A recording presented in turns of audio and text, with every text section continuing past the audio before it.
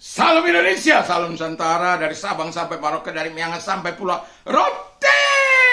Mantaplah iman kita, mantaplah kasih kita, mantaplah pengharapan kita tentunya dalam Yesus Kristus menjadi Tuhan dan Juru Selamat kita dan Juru Selamat dunia. Jangan katakan bahwa Yesus itu bukan Tuhan, jangan katakan bahwa Yesus itu bukan Juru Selamat.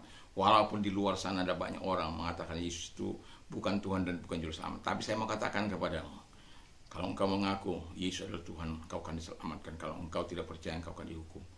Karena begitu besar kasih Allah akan dunia ini, sehingga ia mengaruniakan anaknya yang tunggal, supaya setiap orang yang percaya kepadanya tidak binasa, melainkan beroleh hidup yang kekal. Siapakah anaknya? Yaitu Yesus, manusia Yesus Kristus, yang dia adalah manusia 100%, dia adalah Tuhan 100%. Dan dia berkata, akulah jalan dan kebenaran dan hidup, tiada seorang sampai kepada Allah kalau tidak melalui aku. Jadi pilih yang baik, pilih jalan ke surga, engkau akan diselamatkan. Mari kita tunduk kepala dan kita berdoa. Terima kasih Tuhan di malam hari ini. Kiranya Tuhan terus menolong kami untuk kami mendengarkan firman Allah sebelum kami istirahat. Kami mendapat ketenangan daripada-Mu. Di dalam nama Yesus yang bersyukur dan berdoa. Haleluya. Amin. Puji nama Tuhan, saya akan membaca Ibrani 3 ayat 1 sampai dengan 3. Sebenarnya sampai dengan 6, tapi saya akan membacakan ayat 1 sampai dengan 3. Sebab itu, hai saudara-saudara yang kudus, yang mendapatkan bagian dalam panggilan surgawi, pandanglah kepada Rasul dan Imam besar yang kita akui, yaitu Yesus, yang setia kepada Dia yang telah menetapkannya sebagaimana Musa setia dalam segenap rumahnya. Sebab ia dipandang layak mendapatkan kemuliaan lebih besar daripada Musa, sama seperti ahli bangunan lebih dihormati daripada rumahnya yang dibangunnya. Puji nama Tuhan. Jadi kita di sini, siapa yang tidak kenal Musa? Ya. Ia adalah orang hebat, pahlawan, hero bagi orang Yahudi. Bagaimana tidak, dia adalah yang memilih jalan penderitaan dan mengeluarkan bangsa Israel dari tanah perbudakan setelah mereka dijajah lebih kurang 400 tahun lebih. Jadi kita bisa melihat bagaimana Tuhan mau hadir dalam kehidupan mereka. Tetapi saya mau katakan ada yang jauh lebih hebat dari Musa, yaitu Tuhan Yesus Kristus. Kita berbicara, tema kita adalah kemanusiaan Yesus Kristus. Dari kemanusiaan Yesus Kristus kita dapat belajar bahwa Kristus adalah yang pertama, saya mau katakan pemimpin yang sempurna. Tidak ada tipu-tipu, tidak ada manipulasi yang sistematik, terencana. Nggak ada. Ya. Untuk apa nipu-nipu? Hanya untuk berkuasa. Nggak ada guna. Ya, jadi di sini seorang pemimpin yang sempurna. Dia, karena dia sempurna di dalam kebenaran, di dalam kehendak Bapaknya. Jadi apa yang dilakukan, yang dikatakan oleh Bapaknya dilaksanakan dengan baik. Itu pemimpin yang taat kepada Bapaknya. Demikian kita harus taat kepada Yesus yang mau dengan rela untuk memimpin kita sebagai pemimpin agung kita. Yang kedua, kata firman Allah, agak sedikit banyak, jadi simpel-simpel saja. Dia adalah model yang sempurna bagi manusia. Wow. Kita ada banyak model-model manusia. Ada orang yang idolanya itu si Michael Jackson, setiap tari patah-patah, tarian 45 derajat itu pun mencoba untuk bagaimana melakukan jalan itu. Wah, luar biasa. Saya suka juga dengan penampilan Michael Jackson. Tetapi itu bukan idola saya. Enggak pernah saya mengidolakan seseorang. Terus terang, saya selama hidup saya tidak pernah mengidolakan seseorang. Walaupun mungkin saya katakanlah terlibat dalam hidupnya misalnya, tapi saya tidak akan pernah mengidolakan seseorang. Karena idola saya yang sesungguhnya, ya, itu adalah Tuhan Yesus. Walaupun saya belum percaya kepada Yesus, tidak pernah saya mengidolakan pemain bola kah itu, penari kah itu, pelari kah itu, karena saya suka berlari. Kalaupun saya mengatakan saya orang, kalau idola itu apapun yang dilakukan idolanya, begitulah dia, pakaiannya, rambutnya, apanya, semua. Masih ingat bagaimana Lady Di, ya, gaya potongannya, hampir seluruh dunia memakai gaya potongannya itu, termasuk wanita. wanita. Cuma saya nggak boleh saya.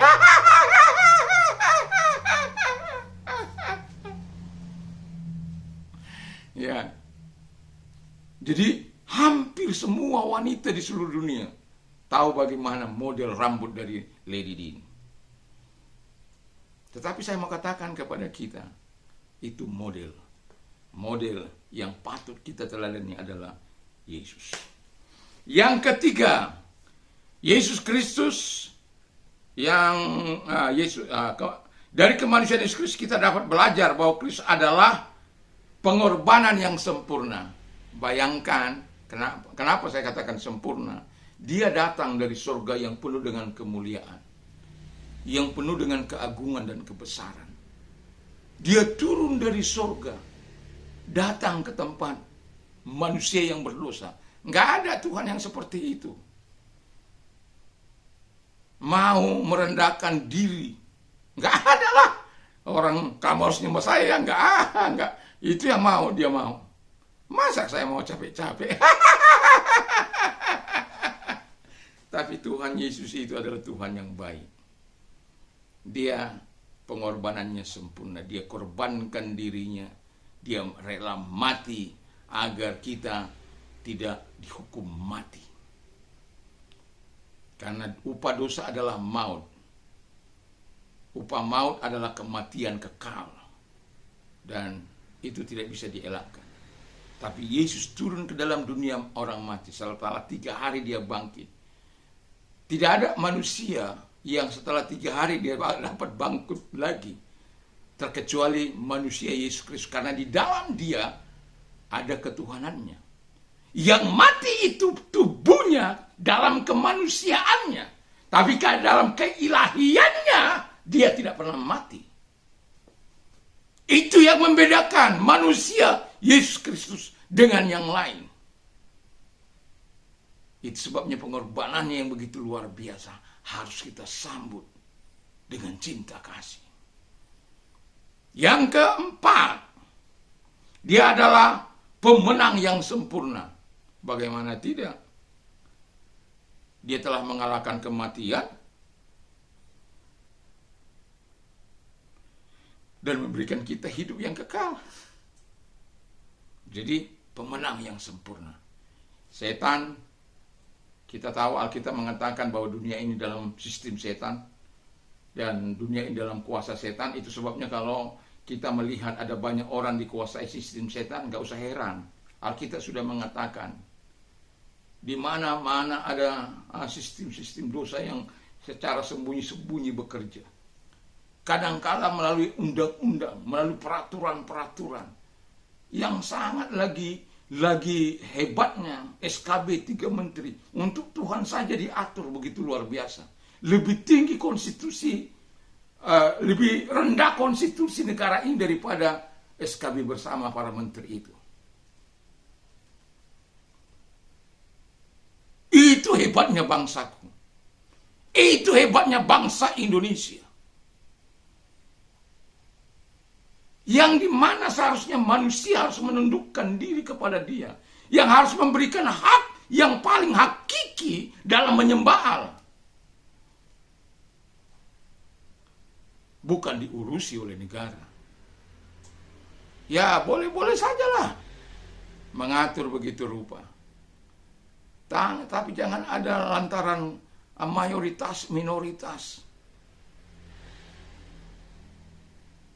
Negara ini bukan karena dibangun oleh mayoritas. Minoritas juga ada di dalamnya dalam peperangan ini. Sebut aja itu pahlawan Sisingamangaraja ke-12.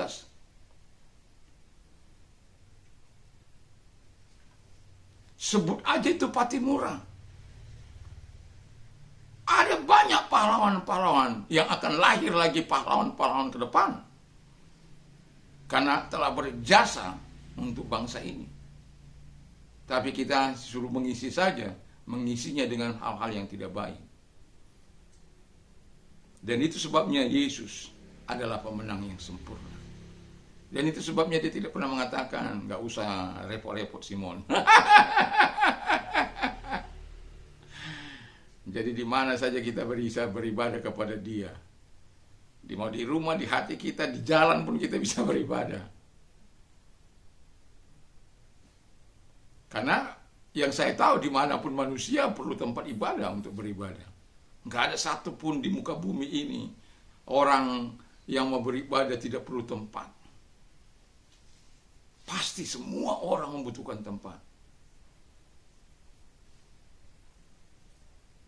Tapi negara bilang, kira-kira apa mau dia bilang? Ya itu urusan bukan urusan saya. Tapi saya mau katakan seharusnya negara hadir untuk bangsa ini. Hadir untuk semua agama. Pemimpin-pemimpin itu tidak bukan untuk satu golongan. Pemimpin itu harus nasional. Jadi namanya ibadah harus itu harga mutlak. Nanti saya panjang lagi di situ. Jadi dia pemenang yang sempurna. Yang terakhir, imam agung yang sempurna. Imam itu kan kerjanya melayani, ya, memberi yang terbaik, dan dia memberikan yang terbaik bagi kita.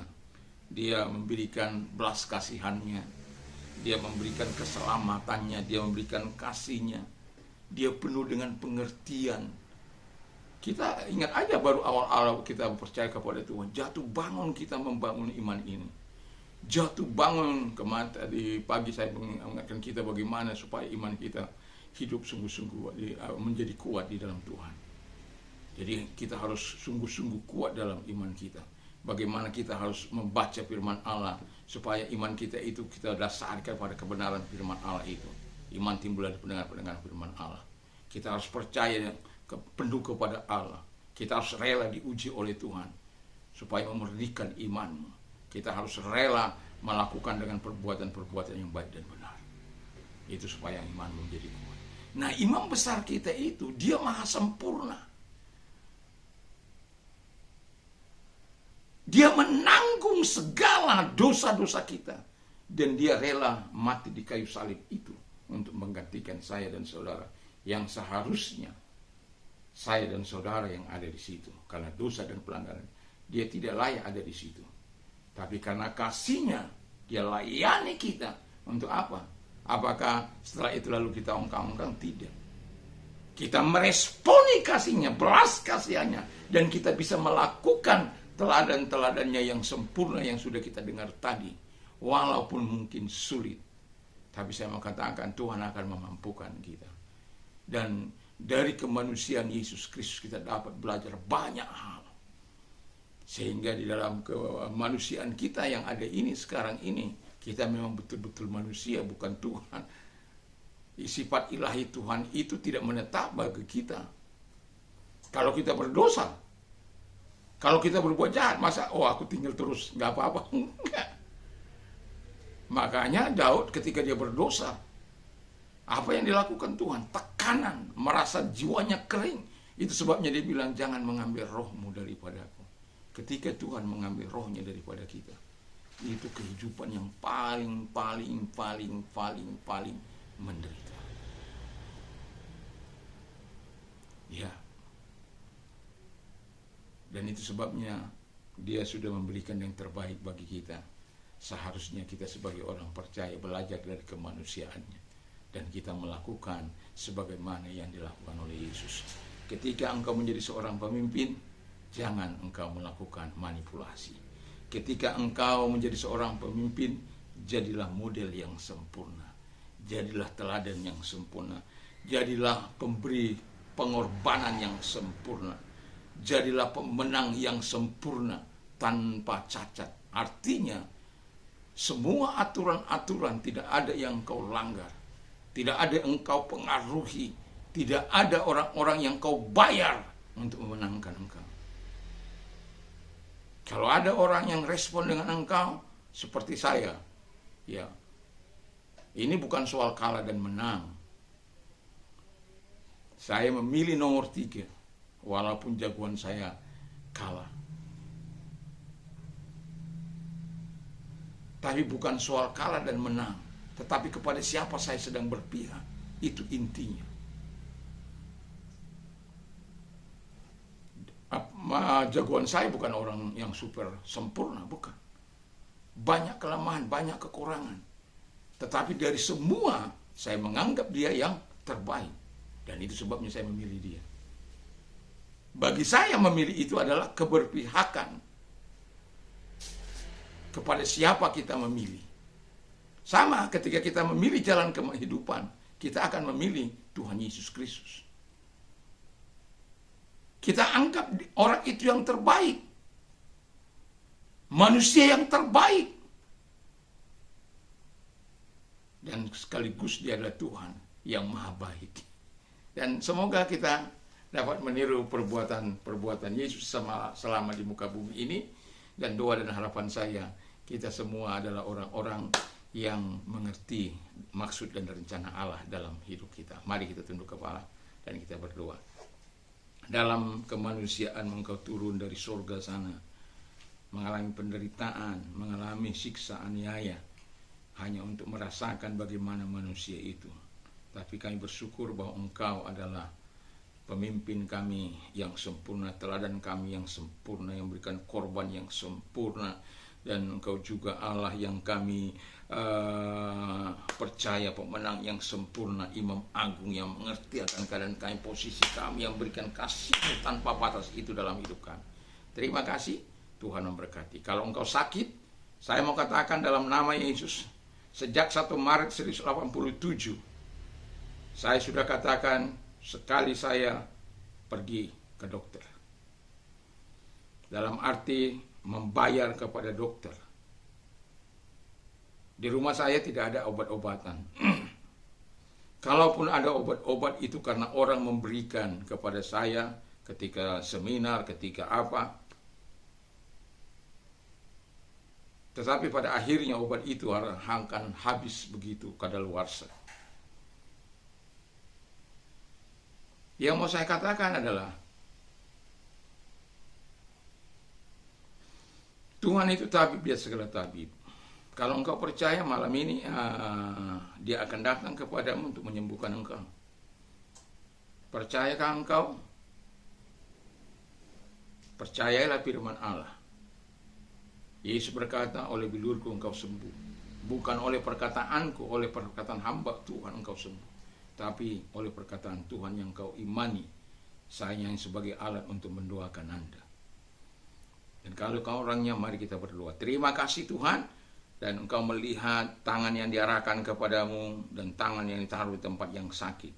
Dan sebagaimana firman-Mu engkau berkata, usir setan-setan dan lenyapkan segala sakit, penyakit, dan kelemahan. Aku perintahkan segala setan-setan yang membuat orang sakit, kelemahan, dan lain sebagainya, sakit, penyakit, apapun yang mereka derita. Dalam nama Yesus aku perintahkan engkau keluar. Dan oleh bilur-bilur daripada Tuhan Yesus engkau sembuh. Terima kesembuhan dari Tuhan, terima mujizat Tuhan, terima pertolongan Tuhan. Terima kasih Bapa di surga. Bagi engkau yang mengalami persoalan yang berat, beban, saya mau katakan, marilah kepadaku hai kamu yang letih dan beban berat, aku akan memberikan kelegaan bagimu. Jangan tanggung sendiri. Beban engkau serahkan kepada Tuhan. Tuhan sudah memberikan engkau yang terbaik dan akan selalu memberikan yang terbaik. Dalam situasi dan kondisi apapun, dia berkata, berserulah kepadaku pada waktu kesesakan, aku akan meluputkan engkau dan engkau akan memuliakan aku. Kalau dia berseru kepadaku, aku akan menjawab. Bahkan aku akan menyertai dia dalam kesusahannya. Dan aku akan memuliakan dia, aku akan menjawab dia dan akan memuliakan dia. Dan firman Allah katakan dalam Mazmur 91 ayat yang ke-14-15. Ayat 14, ketika engkau mengasihi Tuhan, mengenal dia, maka engkau mendapatkan sesuatu yang terbaik daripada Tuhan. Jadi kalau engkau percaya bahwa Tuhan mampu menolong engkau, percaya dengan sungguh. Mari taruh, angkat tanganmu, kedua belah tanganmu kepada Tuhan, dan saya akan berdoa bagimu. Tuhan Yesus, engkau melihat tangan-tangan yang diangkat kepadamu dengan berbagai persoalan yang mereka hadapi dalam hidup ini. Tuhan, mari engkau hadir, tumpangkan tangan atas mereka, kuatkan mereka, topang mereka, jawab segala kebutuhan mereka. Pertolongan Tuhan engkau terima dalam nama Yesus.